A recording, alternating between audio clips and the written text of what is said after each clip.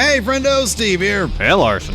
And welcome back to Going In Raw, the only pro wrestling podcast you need to be listening to right here at youtube.com/Steven Larson. Available wherever podcasts can be found, and of course, taped live at the Twitch, twitch.tv/Steve and Larson. Once again, want to thank everybody for coming out with us for the all-out live reactions and recap last night.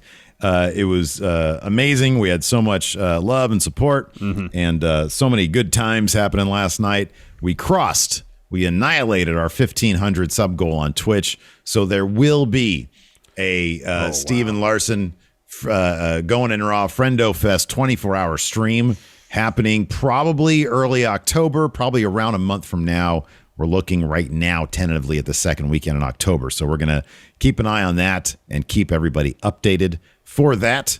If you're listening to this show in the audio realm and you want to check it out ad-free, there are two ways to do that now. If you like the show and you want to support it and you don't want those ads, goinginraw.supercast.tech for $3 a month.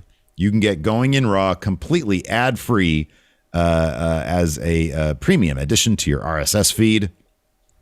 If you want our bonus content ad-free, all the shows ad-free plus bonus content, you can go to patreon.com/Steve and Larson. $5 a month gets you that bonus content. That's The Numbers Don't Lie and Power Rank, Tuesdays and Thursdays, bonus content. Well, and GTA on Fridays, too. Yeah, but I was just talking to the audio people. Oh, yeah, sorry. GTA is just a bunch of angry people yelling at each other if we uploaded the GTA audio. Well, maybe, but for all audiences, if they want that. Yeah, exactly, Plus GTA. Plus you want that. Plus you want to spend an hour on Fridays playing GTA and watching GTA. You can do that too. But in the audio realm, if you don't want the ads, you can get them ad-free. Two ways to do that. Two ways. So yeah. There's only one way to put this, though. Happy birthday, Steve. Today is your birthday. Ooh. 21st birthday, man. That's great. For the 22nd time? For the yeah. Yes, exactly. Nice way to put it there. So yeah, that's exciting. It's my birthday. It's your birthday. Thanks to everybody for your birthday wishes. I hope you have another shakaroni, but this one better. That ain't happening again. I'm not doing another one of those. All right. Tell our ad people we're not going to get sponsored by Papa John's. We done burned that bridge. No Shaq face on the box. And the minimal amount of pepperoni. Yeah, that's not doing that one again. That's a disappointment. Something that wasn't a disappointment was all out last night. Wow. An all-time pay-per-view. Oh, my gosh. An all-time turning pay-per-view. Point. Truly. And even the in-ring action was all great. And, of course, the show was highlighted by 3 huge debuts for AEW, talking Adam Cole Bebe, Bryan Danielson, Ruby Soho. And they all spoke about the process that led them to AEW during their post-show media scrums. I love that AEW does these media scrums. And the level of transparency you get to see in AEW that just doesn't exist for the most part with WWE. I mean, like Triple H used to do his takeover calls, but half the time he was just, talking in circles because he didn't really want to answer the question. I feel like there's a lot more transparency in these things. Anyways, let's talk Adam Cole first. He said the decision to join AEW was, quote, a fairly easy one, and this is expounded upon it. These transcripts are from Wrestle Talk. When you think about where I was, talking about WWE, of course, that technically was my dream since I was 9 years old, and then I'd seen everything that AEW was doing. I've been there countless times to support Britt and hang out with the crew, and it's just the best crew. The shows are amazing, the fans are amazing, but at the same time, I'd really built a reputation for myself there as well. But I knew in my heart pretty early on that I wanted to come here again to AEW. And it's no knock whatsoever on them. I had a very excellent 4-year experience, but I wanted to come back and work with a crew I love being around 24/7, a crew that is just as passionate about pro wrestling as I am, and fans that feel the exact same way that we do. So making the decision was a fairly easy one. So he talked about the Twitch aspect of it and how that was important. He didn't mention if it was a deal breaker as far as WWE. He talked about his meeting with Vince, says that went well. It just sounded like when it came down to it, he wanted to rejoin his friends with AEW. Yeah, I mean, he could have gone to main roster and had a couple friends. I mean, look, he's a friendly guy. I've met him. Oh, yeah, no, he's friends with Kevin. He's like really good friends with Kevin Owens. Kevin Owens, Sami Zayn. He probably makes friends also. But I mean, dude, I don't know, man. I stole the still that Ross from Cultaholic. Shout out to Cultaholic. They're great. They are great. Posted, but it was just a still shot of him screaming while the Young Bucks were kissing him. And you look at this dude's face and it's like, look at him. He's with his family. Yeah. He is literally like the happiest person on planet Earth in that moment. And it gives you just a warm feeling inside to watch this guy be reunited with like literally everybody he loves. These guys are professionals. They're not going to be burning bridges. Yes. I'm curious, was there anything said? Because I know people talk about it. Was there anything said officially about his Twitch stuff? He was asked about it and just said it was important to him, but he didn't mention, like I said earlier, that it was any sort of deal breaker in any regard. I don't think he went to those lengths. He just talked about how it was incredible. I think the phrase he used was incredibly important. He talked about the community that he'd built in Twitch and how much that meant. I got a couple of little tidbits here from Cage Side Seats as far as things Cole said. This is interesting. So he says, quote, the option of having conversations about different ideas appealed to him in AEW. And this is Cage Side Seats paraphrasing here. It says, Cole doesn't say that WB stifles those discussions, instead mentioning that when it comes to creativity, people are afraid to sound out or look stupid. And he said that doesn't exist at AEW. I remember he said that he can like text or call Tony Khan at any time. Yeah. Yeah. Which is a pretty stark difference from how Vince operates in the main roster. Yeah. Is the quote there about Tony Khan being afraid of Adam Cole in there? And well, the in the context of, the Wednesday Night Wars where AEW was 74-1 in the demo, and the one was Tony Khan credited to Adam Cole and said he was the one guy, essentially he was the one guy in NXT that scared him in terms of NXT coming out ahead in the Wednesday Night Wars. He also thought it was nuts because there was also in the media scrum that that they had gorilla position in NXT, a monitor playing AEW Dynamite. And he said, that's crazy. He's like, I can't focus. I wouldn't be able to focus if I'm trying to watch another show while I'm producing my show. Yeah. I just focus on what I'm doing. And that shows, it's kind of like the idea that Malachi Black wasn't on the pay-per-view last night. Well, it didn't follow his story to all of a sudden have a match that is worthy of a pay-per-view. Obviously, they're building him versus Cody too. But what are they going to do? Put Malachi Black versus Dustin on there? Mean, he was on the pay-per-view. He had a promo. That face he just made look like Sour Boy. So while we're talking to Adam Cole, he did show up on Being the Elite. They had a seance. Speaking of Sour Boy. Kenny led the seance. It was pretty funny. Yeah, it was great. And in the end, Adam Cole reappeared after being gone for 4 years. He's like, this isn't Reseda. Yeah. It was pretty funny. He's calling for Super Dragon. It was pretty great. It was pretty great. It was pretty awesome stuff. It's so great to see him there. It really is. It really is. Also, Bryan Danielson, he's there. And one thing he mentioned is media scrum that I thought was pretty interesting is there was a bunch of rumors and reports that WWE was trying to work out some deal with New Japan as part of an effort to keep Daniel Bryan within WWE. And it seems like based on what Bryan Danielson had to say, there was some merit to those reports. This is what kind of a salient quote from his scrum. WWE, quote, WWE was so gracious to me as far as the offer that they gave me. They were going to let me go do some other stuff outside. I really battled back and forth. Oh, sorry, these are from Wrestling Observer, these quotes. The transcripts are. I really battled back and forth because there's a lot of people there that I consider family. That actually are my family, people that I love there. So it's a really tough decision. I hate to say this, but Vince and I have a great relationship, and I love him. I do. Sometimes he's overprotective of me, and I want to be able to push my limits. That's one of the things that I love about this is the physicality of what we do in being able to push my limits. Yeah, I can understand. I mean, if he's talking, it seems like he's talking about the physicality of things. Yeah. That is, it is one thing that I have thought about with AEW in that they do have the freedom to do stuff that they limit in WWE. Yeah. Being the type that will watch a match and get freaked out. Like, for example, when Phoenix decides to go up to the top of the cage, I'm like, oh God, I really don't want to see somebody get hurt. Top rope on Matt Jackson. Yeah. I mean, there are certain things in AEW that freak me out a little bit. I'll be honest. Yeah. And that's just because I really, really care about the health and safety of these people, you know, 100%. I'm a, like the fan version of OSHA, I guess. And I could understand why Vince McMahon, from both a personal and business standpoint, would want to be, you can call it overprotective of a guy who's coming back from, concussion issues. I can understand that.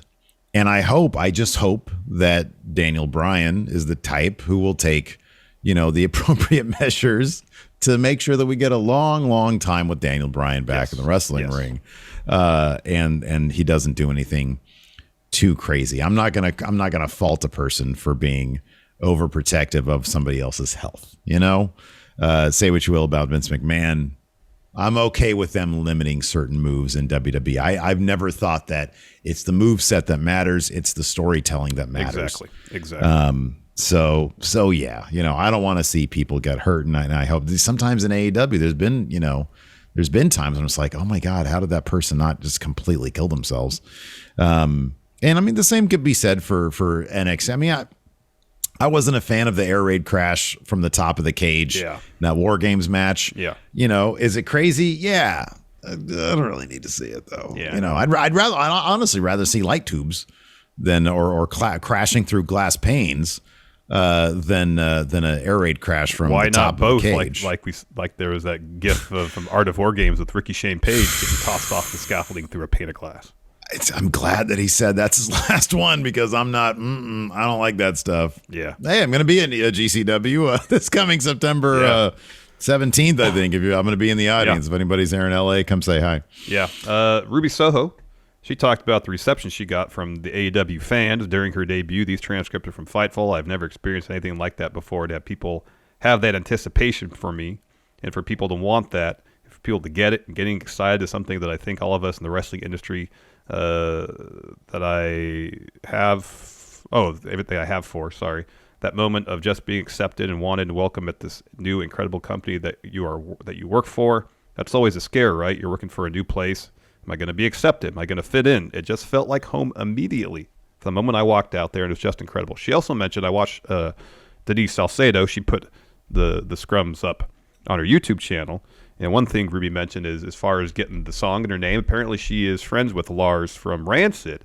And I guess if I'm saying this correctly, after she got released, she struck up a conversation, and he was the one that suggested the name and for her to use the song. Oh, that's so cool. Which is pretty cool. That is awesome. That's great. It's a killer entrance.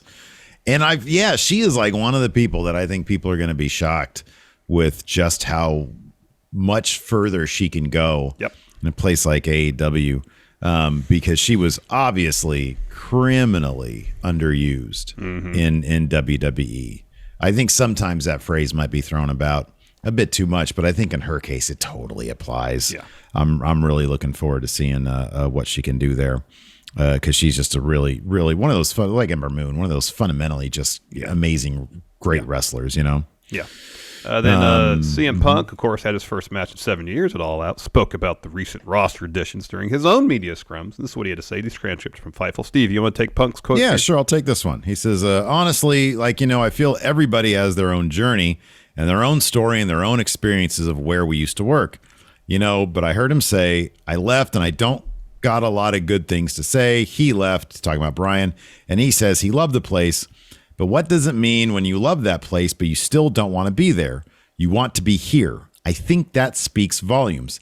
Adam Cole is a guy that I've never wrestled, and I know I'm going to sometime. I look forward to it. Daniel Bryan is a guy I have wrestled, and I feel like that'll happen somewhere down the line too. It's like at Christmas, I unwrap a gift. I don't know what's in it.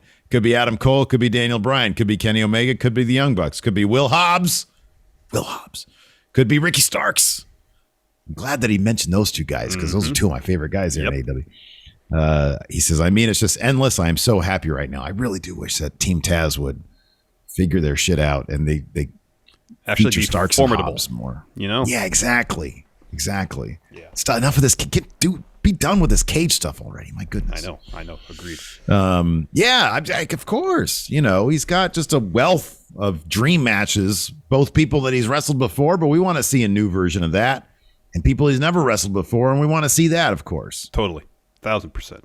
Let's take a quick break here to get a word from our sponsor, Craig. You know, Steve, I feel like it's time to take up a new hobby.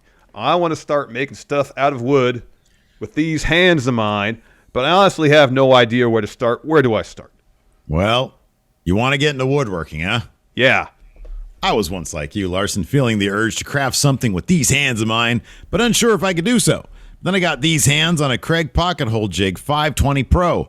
Craig has been the innovator and leader in pocket hole joinery, setting the standard for 30 plus years. And now, if I got my Craig Pocket Hole Jig 520 Pro and a drill, I feel like I can build nearly anything from bookcases to desks to outdoor patio furniture. Anything, really? Well, tell me more. Tell me more. Sure, pocket hole joinery is a way of creating fast and simple and strong joints in a variety of wood projects. And the Craig Pocket Hole Jig 520 Pro makes it easier than ever. You know me, Larson, I've never been terribly handy, and the thought of building something out of wood with these hands of mine seemed like a pipe dream. But after going to craigtool.com, that's K-R-E-G tool.com, and getting my hands on a Craig Pocket Hole Jig 520 Pro, I can build pocket hole projects anytime, anywhere. Anytime, anywhere, you say. How about tomorrow, my house, bookcase to go right there? I don't think so, Larson. You know why? Why? Because you could do it yourself. Oh. Now anyone, even Larson, can easily create perfect and strong pocket hole joints with the Craig Pocket Hole Jig 520 Pro. It works with a wide variety and size of material and is great for building all types of indoor and outdoor wood projects. The Craig Pocket Hole Jig 520 Pro comes with everything you need and retails for just $99.99. It's available nationwide at Home Depot, Lowe's, and other home centers, woodworking, and hardware stores. Learn more at craigtool.com. That's K-R-E-G tool.com. Again, that's craigtool.com, K-R-E-G tool.com. Before we get back to the show, let's get a word in from our sponsor, Chime. So, Larson. Yeah. I assume you have a checking account rather than keeping your money stashed in a shoebox under your bed. That's correct. I have a checking account, and the only thing I keep in my shoe boxes are shoes. Smart move. But does your online checking account cost you money? Because it shouldn't. Chime is an award-winning app and debit card that features no overdraft fees, foreign transaction fees, monthly service fees, or transfer fees. Chime is also super convenient because they have over 60,000 fee-free in-network ATMs, including at handy locations like Walgreens, 7-Eleven, CVS, and more. That's more locations than the top 3 national banks combined. And get this, with Chime, you can send money to anyone even if they're not on Chime, and there's no fees for you or cash out fees for them. It's time to say goodbye to hidden fees. Join the millions of Americans already loving Chime. Sign up takes only 2 minutes and does not affect your credit score. Get started today at chime.com/raw. That's chime.com/raw. Banking services provided by and debit cards issued by the Bancorp Bank or Stride Bank N.A., members FDIC. Out-of-network ATM withdrawal fees apply except at MoneyPass ATMs in a 7-Eleven location and at any Allpoint or Visa Plus Alliance ATMs. Other fees, such as third-party and cash deposit fees, may apply. So let's talk WB real quick before we get to our other news items in the Raw preview. Wrestling Observer himself, Dave Meltzer, announced over the weekend, or reported over the weekend, that WB had signed Olympic gold medal winning wrestler Gable Steveson to a deal. Of course, this has been long speculated upon and rumored. Steveson tweeted Saturday, just put pen to paper. So, seems to be a deal. They signed his brother to a development deal like last week. Yeah. And so it looks like he's heading to the Performance Center as well. That's cool. Is he going to be another Kurt Angle? Or is he going to be, I don't know, somebody who was an athlete and then just it didn't matter? I mean, I'm guessing, he's obviously a highly accomplished amateur wrestler. So in terms of the wrestling fundamentals, you'd think he's got that down. Can he adapt those fundamentals to the pro wrestling? Mm-hmm. That's one question. 2, personality and charisma. Is that there? Mm-hmm. Right. Yeah. Is the camera gonna like with Kurt Angle, that guy would talk and you'd be instantly entertained. Instantly. Is Gable Steveson going to talk to the camera or talk in the camera, and people are going to be, Mongo McMichael. Is he going to be a Gronk? Is he going to be a Mongo? I actually kind of hope so. I think it'd be kind of great. see Gable Steveson not know how to properly move his feet would be kind of weird, right? That would be interesting. Man. God, that Twitter account of Mongo GIFs is or videos is just the best thing ever. Oh, it's something else. See that guy in there like he just stepped foot in the wrestling ring for the first time. Every time, yes. It looked like his first time. It was something great. So is he going to be another Steve McMichael? Or is he going to be Kurt Angle? We're going to find out probably in a couple of years. So at this point, I don't really give a shit, to be honest with you. Congratulations, Gable. Hopefully you got your bag, son. Yeah. I mean, it remains to be seen once he shows up in NXT and we see what he can do in the ring, on the mic. Then we could form an opinion. But till then, it's hard to tell. All we've seen is some pretty impressive feats in the amateur wrestling realm. But again, how well that translates to pro wrestling remains to be seen. Yep. A lot of unknowns there. Pro wrestling's a lot more than just, some of those videos coming out of the Olympics were really cool, though. Those weird takedowns. I was like, oh, wow, I'm kind of learning stuff about how wrestling works. I was texting Cal during that, too. I was like, hey, so what does this mean? Because I never know that stuff. I just see two guys trying to get each other to the floor, and it's like, oh, okay, I get that. It's been a long time since in middle school PE they had us wrestle. I never did that. I just remember climbing ropes. I never did the wrestling stuff. I never did that. Yeah, I was in for middle school. God, I don't even remember. I'm sure I did. My memory's terrible, but I don't remember doing. I don't remember my PE class in my first 2 years of middle school. I wonder if I skipped. I don't know. I was in Arkansas. I was in Little Rock. Gotcha. So back then, the PE was the most dangerous game in the backwoods of Little Rock. Anyways, let's talk about some GCW. Yeah.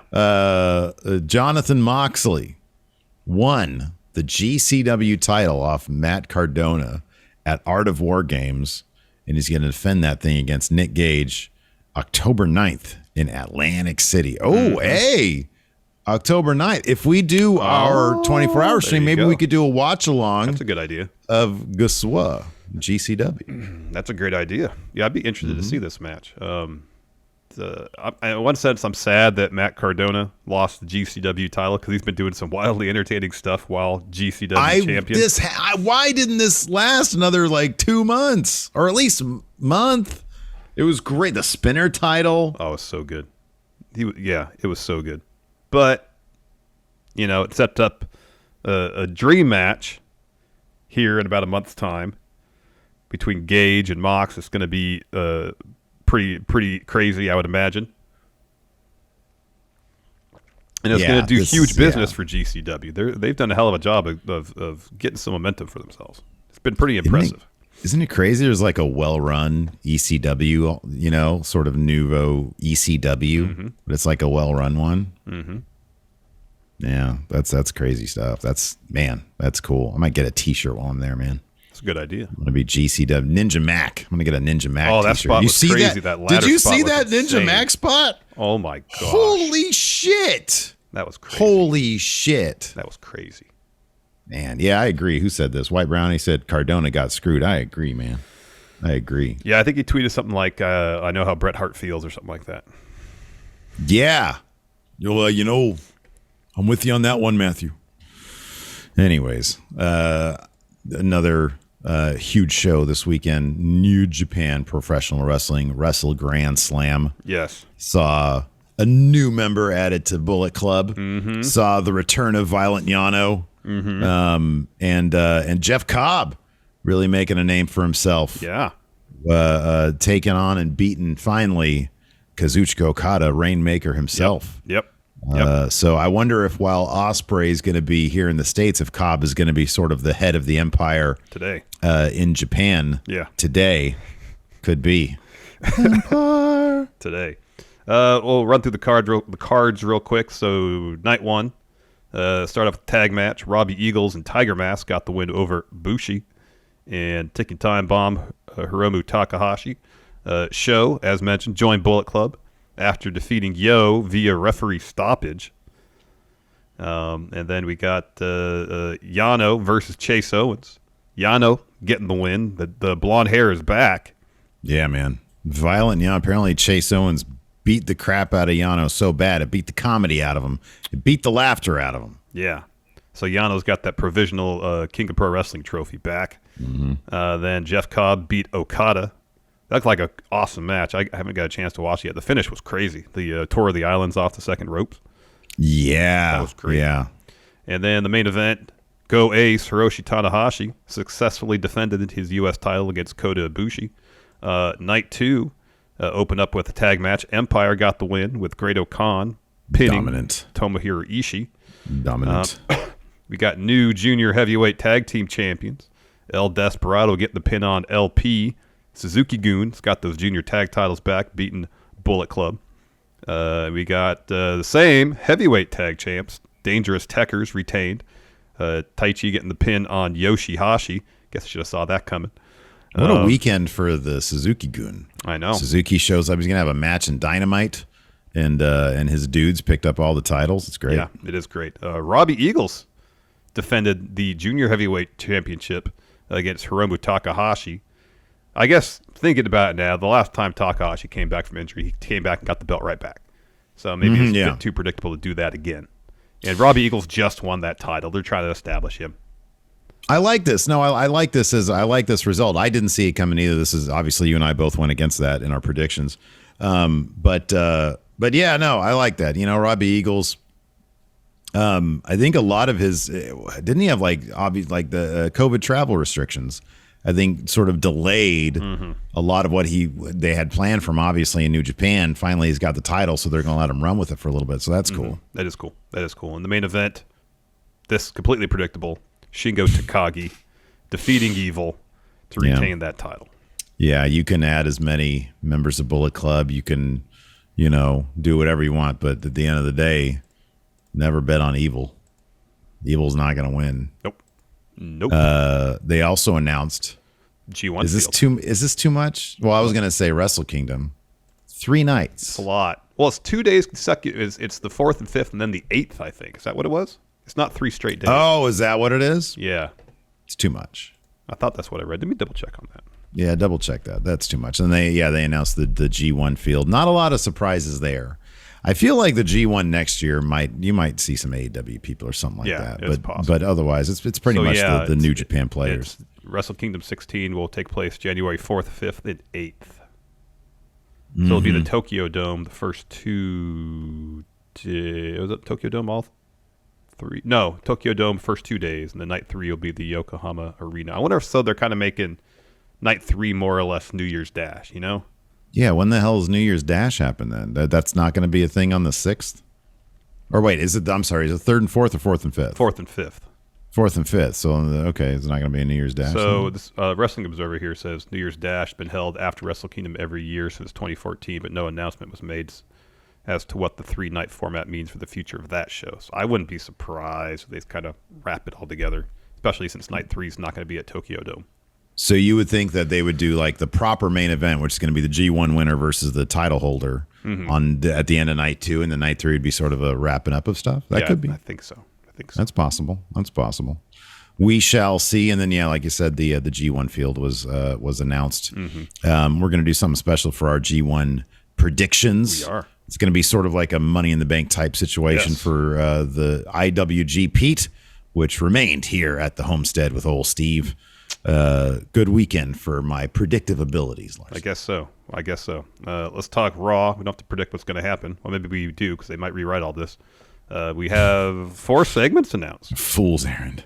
WWE Women's Tag Team Champions Natalya and Tamina battle Rhea Ripley and Nikki ASH. No mention if this is actually a title match or if it's a championship contender match. Oh, God. Championship contenders match. Drew McIntyre. Drew McIntyre battles Sheamus with Extreme Rules implications. Whoever wins this gets the match against Damian Priest. Extreme Rules for that U.S. title.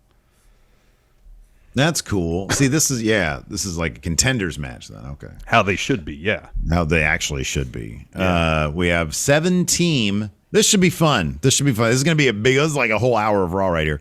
A 7-team. They'll make it 20 minutes somehow. Tag team turmoil. Oh, I thought it was going to be like a. Oh, I thought it was going to be Isn't that not a gauntlet similar. match? It's similar. It's like a gauntlet match. Is it everybody in the ring at the same time or no? No. Okay. I don't believe it. 7-team tag team turmoil match to determine RK Bros' next challenger. So you got. Let me see if I get this right. Lucha House Party. They were on the thing. They were on the thing. Okay. I couldn't remember. War Raiders, who are, by the way, probably going to win this. Mm-hmm. I'm assuming AJ and Amos are going to be in it, trying to get their titles back. Correct. You've also got the tag team of. That's all I know. I just know 3. That's T-Bar and Mace. Yes. Oh, Ali and Mansoor. Yes. That's 5. 5. Finn Too Deep? No. I mean, Finn's on SmackDown. Oh, New Day. New Day. Glorious Impact, Connecticut. No. New Evolu Taiwan. No. We really need to get back on We Book Raw. We should.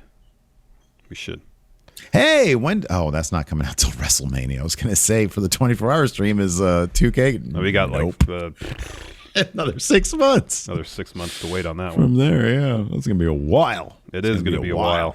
It is going to be a while. Oh, okay. Nikyle says it's essentially a tag team gauntlet match. Okay. Yeah. Okay, cool. Right on. Anyways, do you want to answer some questions? Sure.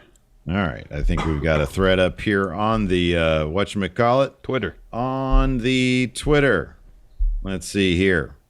We're going to start off with J Mall, Joshua Martinez, one of our awesome mods over here, says, want to say, wrestling is exciting right now. Hopefully any potential re-shutdowns don't slow down the momentum. I agree. I agree. Get vaccinated. Yeah.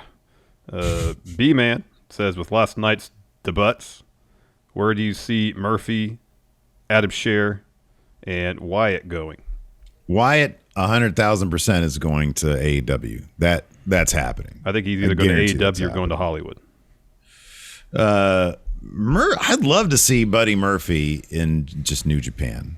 I mean, maybe the travel stuff, he doesn't want to do that, in which case I think AEW would be great. But I kind of feel like Impact would be a good place for. Oh, Impact. That's I thought, yeah. Yeah. You got. I actually feel like it'd be more opportunity for him in Impact. That's a good point. As far as Braun, put him in AEW, man. Big old monster in AEW, just wrecking fools. I'm down with that. Yeah, we'll see. Who wouldn't want to see? Listen, headlining Double or Nothing, Adam Scherr versus Paul White. Oh man, 30-minute Matt Classic. Oh wow, 5 I am star, joking 6-star in case you can't understand the sarcasm in my voice. That is totally a joke. But I'd be down to see Braun in AEW. I'd be down for that, just to see what they could do with him. Yeah. Wild Dude says, what do you think is the story arc for Adam Cole's return to the Elite? I personally think that Elite brought Adam in as the baby to save the marriage sort of thing, but after that, Adam pulls an MJF and tries pushing Kenny out as leader, so he has to replace him. I definitely think he's going to be the kind of the wedge that eventually leads to them all the whole thing falling apart. I don't know. I can't wait to see this story, and I'm really looking forward to it. I just want to see him have fun with the Elite for now. Yeah. And then figure out the story at whatever point. Yeah, I don't know. I think it's all good. Mm-hmm. I mean, at this point, it's like, what, Hangman maybe gets that title in either Revolution or Full Gear, one of the two. Full Gear, and then have the Elite come after him, Adam Cole versus Hangman at Double or Nothing or something. I don't know. There's all sorts of things you could do. There's so many options now. Mm-hmm. Nikyle asked, you're the co-managers of a casino, but have no dealers at any of the game tables. You're looking to hire wrestlers in these positions. Which wrestlers would you hire as dealers in the following tables in your casino? Blackjack. So, 21. Bradshaw. Used to be in a tag team called the New Blackjacks. The New Blackjacks, yeah. Roulette. You know who I could see being a roulette dealer? Cesaro. Okay.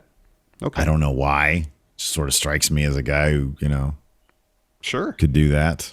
Baccarat. I don't even know what Baccarat is. I don't know what that is. I've never I played have Baccarat. heard about it. I think I've walked by the table, but I don't know how it's played. Craps. Shooting the dice. There's a lot going on in a game of craps the dealer has to keep tabs on. That's Zicky dice. Okay. Zicky dice. Good. That's a complicated game. And then poker. Poker. It's got to be a good answer to this one. I mean, poker, you can associate, they played that in the old-timey days. Cowboys played it. Hangman. Okay. I don't know. That's all I got, man. Yeah, I don't know either. Not a lot. I would not want to be a craps dealer because I'd forget half the things going on. It looks. I wouldn't want to be a deal. I wouldn't want to watch people just, kill their life savings. It seems miserable. Oh my God, what's my wife going to do? Can you just leave my table, please? You're bumming me out, sir. Like, I'd just be sitting there like, oh, really? That's a terrible idea. I know you have to keep yourself out of that whole process. Right? Yeah. It's like, oh, you're going to put, oh my God, that's supposed to be a down payment on your house. You're not going to win. Sir, you're not going to win this. And then the manager would come up. Excuse me, you need to stop telling people not to gamble. If you don't, we're going to ask you to leave. Here we go. David DLC. In an alternate universe where Punk didn't show up on Rampage, Cole and Bryan re-sign with WWE. What happens in each company? Does Cole get completely wasted? Does AEW recover from Punk never showing up after being Punk no-shows Rampage? In an alternate universe where CM Punk no-shows Rampage.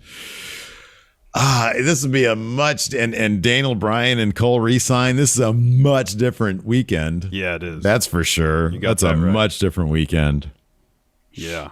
We're sitting here thinking, man, that show dragged. That's what we're talking about. Yeah, maybe, because I don't know how much of my enjoyment of the show was building up to the anticipation of what was going to happen after the main event, I was totally there for the ride. I was there for the ride. Like, it was the in-ring action was by and large really good. So yeah, but it was, but it felt special during it, partially because of what we knew was going to happen. Yeah, exactly. Anthony Tobias with Matt, a.k.a. Breeze, able to come back to Up, Down, Down since he isn't wrestling for anyone else. Is this pretty much the end of the party? Uno Wednesdays and their IRL activities were always my favorite. Yeah, I don't know how they'd have Adam Cole still be involved in all that. So yeah, there's no way he'd still be able to be involved in it. I mean, Xavier was basically tweeting as such. It was like all sentimental stuff. Yeah. And Adam Cole, tweeted out a thanks to Xavier Woods. But yeah, I don't know. I mean, look, Xavier Woods is a very creative guy. Yes. I'm sure, they lose one guy, maybe they'll pick, they lose Adam Cole, you pick somebody else up. Wait, so he's saying with Breeze able to come back to Up, Down, Down, since he isn't wrestling for anyone else, is pretty much the end of the party. I mean, Breeze is still there though, right? Yeah, Breeze is still there, Cesaro's still there, and Woods is still there. So either they just keep it a three-man thing for the time being, or they bring someone else in. Who knows? Change happens. Yep. Change happens. That's why we're a two-man team. Like if one of us leaves, and it's over. Yeah, virtually. Well, you have Wrestle juice. You can fall. Yeah, but going in Raw, like I would, I'd restart Tree of Woe. There you go. Tyler Washington, do you think with Adam Cole and Bryan Danielson signing, they will be the face of the heel versus face that the elite versus baby faces will be until Adam Page returns to save the day against the Evil, or am I just looking too far into it? I mean, they ended the show literally with Danielson, Christian, and Jurassic Express staring down the elite. So that match is happening in the near future. Yeah. I think that they will be the face of the heel versus face that the elite versus baby face. I don't entirely understand the question, but I think you're going to see a lot of Bryan Danielson, a lot of Adam Cole. Yeah. Blake Elizondo, of all the big name people to debut last few weeks, who will be the first to win a title and who will be the first to have a match on YouTube, meaning Dark or Elevation? Yeah. I would not be shocked if given how they treat the women's division, you're going to see Ruby Soho probably have matches on Dark and Elevation. She'll definitely have matches on Dynamite because they're not going to just waste her there. But I think you'll see that because she's going to start padding her stats. Yeah. She's going to have the guaranteed match against Britt anyways, but she's going to lose that, and then she'll have to go back to padding stats. So she's definitely going to be on Dark and Elevation. Yeah. The first to win a title, dude, I think that I might also say Ruby Soho for that answer too, because the world title situation. Because it seemed like the path for the AEW championship is, I don't think they're going to deviate plans too much, given who they just signed. TNT title is something else entirely. Now, I don't know what plans they have for that, once Miro has his run, if they have an idea who's going to take it off him or not. The answer is Ruby. Yeah. Because I think that there are probably more question marks about the women's division in terms of, okay, we probably have, I think it's less of a, like Thunder Rosa's probably going to take the title off Britt. That's probably going to be the thing. And I still think they have to see how Jade Cargill shakes out in the ring. I mean, she looks like $1 million, but who really knows? You have a couple other unknowns like Anna Jay. I mean, there are pieces there, but I think that the two people that ended the Battle Royal last night, Ruby and Thunder Rosa, they both have a good shot at being the ones to eventually dethrone Britt. But I think it's not a very deep pool of people who potentially could be the face of the women's division. I think it's Thunder Rosa, maybe Jade, and Ruby, and that's kind of it. As opposed to, I think that they have, at least for like you said, the world title, the men's world title, they have, I think that lineage is probably set, at least for the next 2 or 3 champions. Probably. Yeah. I don't see a scenario where Daniel Bryan, CM Punk, or Adam Cole need a title anytime soon. But I think of those 3 names, Cole would probably be the one to win the belt before the other 2. Before Punk? Yeah, maybe you're right. I just don't know, man. I don't know that it's they do such a good job telling their stories and making feuds last the length they should. But I don't know. We'll see. I think it's gonna be a while before any of those people lose their titles, though. Yeah. White Brownie, should WWE go back to having brand pay-per-views so they could put more focus into the matches and give more time to build them? Some of those brand-specific pay-per-views were like pretty much just episodes of Raw or SmackDown. So were tough to watch. Some of them were. Those were. I don't want to see brand pay-per-views. I don't even want to see brands anymore. I want to go back to a single brand. Tom Talks Rubbish says, P.S. Thanks again for a great interview for my YouTube channel. Yeah, keep an eye on Tom Talks Rubbish. We're going to retweet that interview whenever he drops it. I think he said in October. Yeah. Oh, he thinks it'll be later this month. Oh, later this month is what he said? Okay. I thought he said next month. Okay, great. We'll retweet that. Thanks for having us on, Tom. Anthony J says, if not for the desire to beat the WWF, could WCW and WWF at the time coexisted a lot like WWE and AEW? Yes. I think if there was... I think if the money was good for wrestling, I mean, from what I understand, wrestling revenue, advertising revenue was severely undervalued. Yeah, it wasn't very good back at then. the time. Yep. And so if WCW was run smarter, I think there definitely was room for both. But WCW just found themselves shooting themselves. I mean, they shot every conceivable place of their own feet they could find. Yeah, they didn't have any toes left. And on top of that, AOL Time Warner didn't want to be in the wrestling business anymore. I suspect if WCW was like wildly profitable, they probably could have found, at the very least, because the Nitro book is really fascinating because it looks at all this stuff. Bischoff was close to finding a new home for WCW. He had a creative plan in mind. I think if they were profitable, it was possible to find a home, and they could have coexisted at the same time. So yeah, I think that was a possibility. I really think it had less to do with them trying to, if WCW is able to build those stars like Raven, Benoit, Guerrero, Ray, and use the older guys to get those guys over, I think it would have been an entirely different game. For sure, for sure. I think the possibility was there for that. I think that, yeah. I mean, just in the same respect that I turn on my TV, there's a million different options for my entertainment eyes, for my time. The wrestling is the same way, it doesn't have to be one or the other. Definitely. Crispy McGrizzle with Danielson, Cole, and Soho showing up last night. Who would be some needle movers if they went from AEW to WWE rather than vice versa? MJF. AEW to WWE. Dude, I mean, you got it all comes with the caveat of whether WWE would actually utilize them well or not. Anybody going from AEW to WWE at this point, it's like they're being dropped into an ocean, and it's like it's immediately the impact is just less because WWE is just established. They're there. MJF, I personally don't see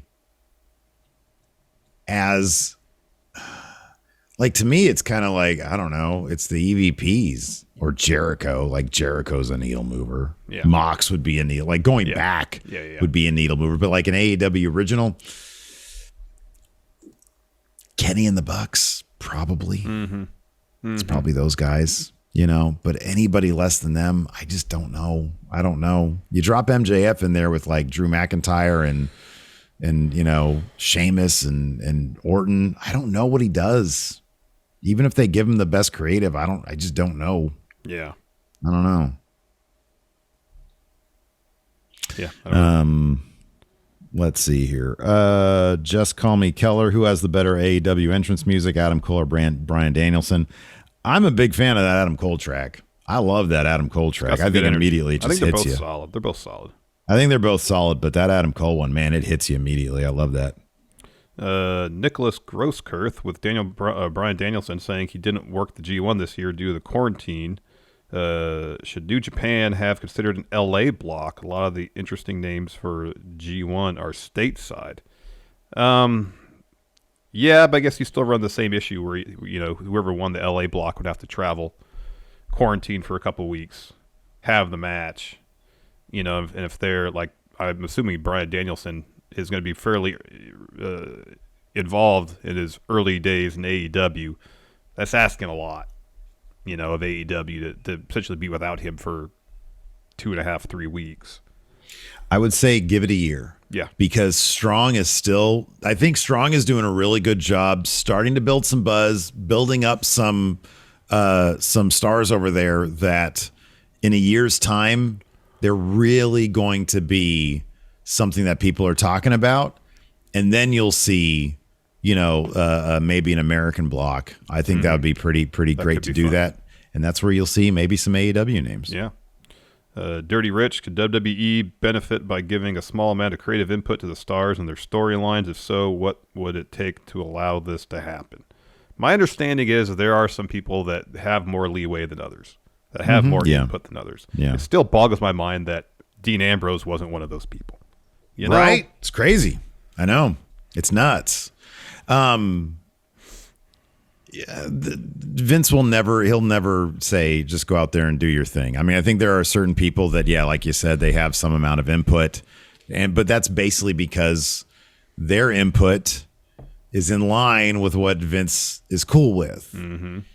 And that's always going to be the thing. So you need a fundamental change at the very top for that really to make a difference. Nikki Cross comes up to him and says, hey, I got this idea for a superhero. Okay, great, let's do it. And then it's just like any awesome, great potential story they could tell, it's just sacrifice for the moment. Yeah. He wanted the big moment. That's what he wanted. Yep. Justin Wilkins, what do you think about Danielson saying Punk can help the young talent out because he's there to kick people in the head? Well, I mean, I think that's part of Punk's story, and he said as much as he's there to learn and also to teach, and we saw that play out in his match last night against Darby Allin. He's been out of the wrestling business for 7 years, so it makes sense for him to take some time to get acclimated in that world. Bryan Danielson is 5 months off from main eventing WrestleMania. Yeah, right. He doesn't have to go through that journey to get back to the top. He's coming here at the top. Yeah. His mission is to see just how elite the elite is. That's what he said in his scrum, So it's just different stories they're telling right now. How soon do you think his first match is going to be? When do you think that's going to happen? His first singles match might be the Arthur Ashe show. Because that's it's only a couple weeks away? Yeah, a couple weeks away. Yeah, I would think it'd probably be the Arthur Ashe show. You think it'd be a singles one? Or you think they're going to do a tag there? Like him and Jurassic Express versus the Elite or something like that? They could do that. They could do him and Christian and Jurassic Express against the Elite. That's entirely possible. It wouldn't shock me. If they do like a themed October show, maybe that'll be his first singles, but it wouldn't shock me if he did tag matches until Revolution. Could be. Revolution's only 2 months away. Mm-hmm. When is it? November 3rd, right? 13th. No, 13th. Okay, so it's a little more than 2 months away. But yeah, roughly 2 months away. I think he'll do some tags until then, but maybe not. I don't know. That dude loves to wrestle. You got that right. Mr. Biff Top Johnny, who should Bryan Danielson win his first match against, and who should CM Punk lose his first match against? CM Punk should lose his first match against Hangman Page a year from now when CM Punk turns heel and challenges him for the title. Okay. That's what I want to see. I was going to suggest Punk losing to Kenny Omega. That's a good one, too. Who should Bryan Danielson win his first match against? Daniel Garcia. Singles match? Oh, wow. That's the good answer. That's a good answer right there. That situation where they give those guys 25 minutes and they put on a clinic, even if Daniel Garcia loses, he's going to look great. Yeah, absolutely. I agree. All right. Well, that's going to do it for us. Thanks, everybody, for tuning in. We absolutely appreciate it. Stay tuned for tomorrow. We're going to be doing our Raw recap at noon Pacific, 3 Eastern. Even if it sucks, it's always a good time to talk about it. Thanks for watching, everybody. Until next time, we'll talk to you later. Goodbye.